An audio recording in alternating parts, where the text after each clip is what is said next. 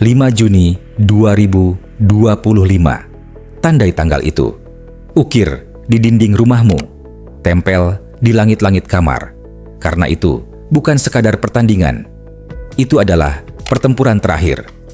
Gelora Bung Karno bukan lagi stadion, tapi medan perang.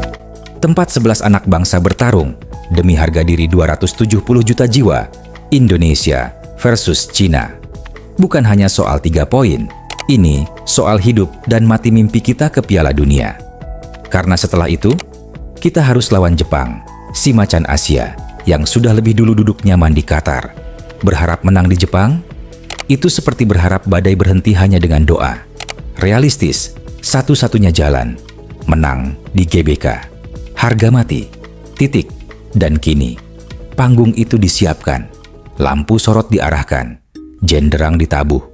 Waktunya Patrick Kluivert, si juru taktik dari Belanda menunjukkan bahwa ia tak sekadar pelatih, tapi penyulam mimpi bangsa. Masalah banyak. Marcelino absen, Marten Pas tak bisa turun, Kevin Dix cedera, Dean James pun belum pulih. Tapi tahukah kalian, inilah saatnya. Bukan pemain terbaik yang dibutuhkan, tapi pemain yang siap mati untuk merah putih. Di bawah Mister Emil Audero. Baru 3 hari persiapan setelah terbang belasan jam dari Italia. Bukan masalah, karena Emil tak datang membawa lelah. Ia datang membawa semangat yang membakar langit Jakarta. Di benteng pertahanan, Jay, si jenderal, ditemani 2 prajurit, Rizky Ridho dan mungkin Mads Hilgers, yang siap menggantikan Justin Hubner yang lama vakum. Mereka bukan sekadar bertahan, mereka adalah 3 tembok penjaga kehormatan Garuda. Di lini tengah, Joey Pelupesi, baru debut Maret, tapi sudah seperti veteran. Tom Hay, penyambung nyawa tim, penjaga ritme, pemecah tekanan.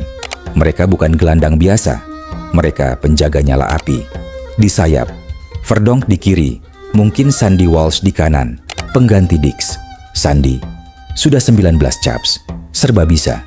Ia bukan pilihan darurat, ia adalah pasukan siap tempur. Dan di depan, Marcelino absen. Tapi jangan khawatir, karena kemungkinan muncul nama-nama seperti Rafael Struijk, Ricky Kambuaya, bahkan Egy Maulana Fikri. Egy?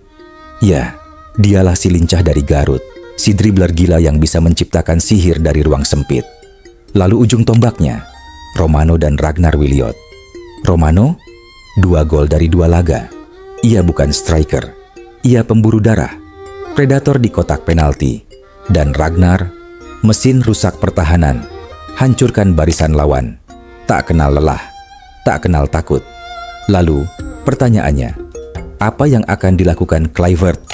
Menyerang habis-habisan, seperti saat lawan Australia dan berujung nestapa? Atau bermain cerdas, seperti lawan Bahrain, menang 1-0, lalu pasang formasi 5-4-1 demi bertahan total? Semua tergantung 90 menit yang akan datang. Karena sepak bola bukan hanya angka. Ini adalah teater mimpi, panggung air mata, dan arena kebanggaan nasional. Dan pada 5 Juni nanti, saat peluit ditiup, GBK bukan hanya stadion. Ia adalah altar suci, tempat sumpah setia diikrarkan, tempat 11 ksatria merah putih bertempur demi satu nama, Indonesia. Tak ada permintaan yang rumit. Kita tak ingin sihir Tsubasa, tak minta gol dari tengah lapangan. Kita hanya ingin setiap pemain bermain seperti itu adalah laga terakhir dalam hidup mereka. Bahwa mereka sadar, dari Sabang sampai Merauke, dari pelosok desa hingga puncak gedung tinggi, jutaan mata akan menyaksikan, dan jutaan hati akan berharap. Dan jika malam itu kita menang, itu bukan cuma skor yang berubah, itu sejarah yang berbelok, harga diri yang ditegakkan, arah masa depan yang berubah. Maka, bersiaplah dunia. Indonesia akan datang.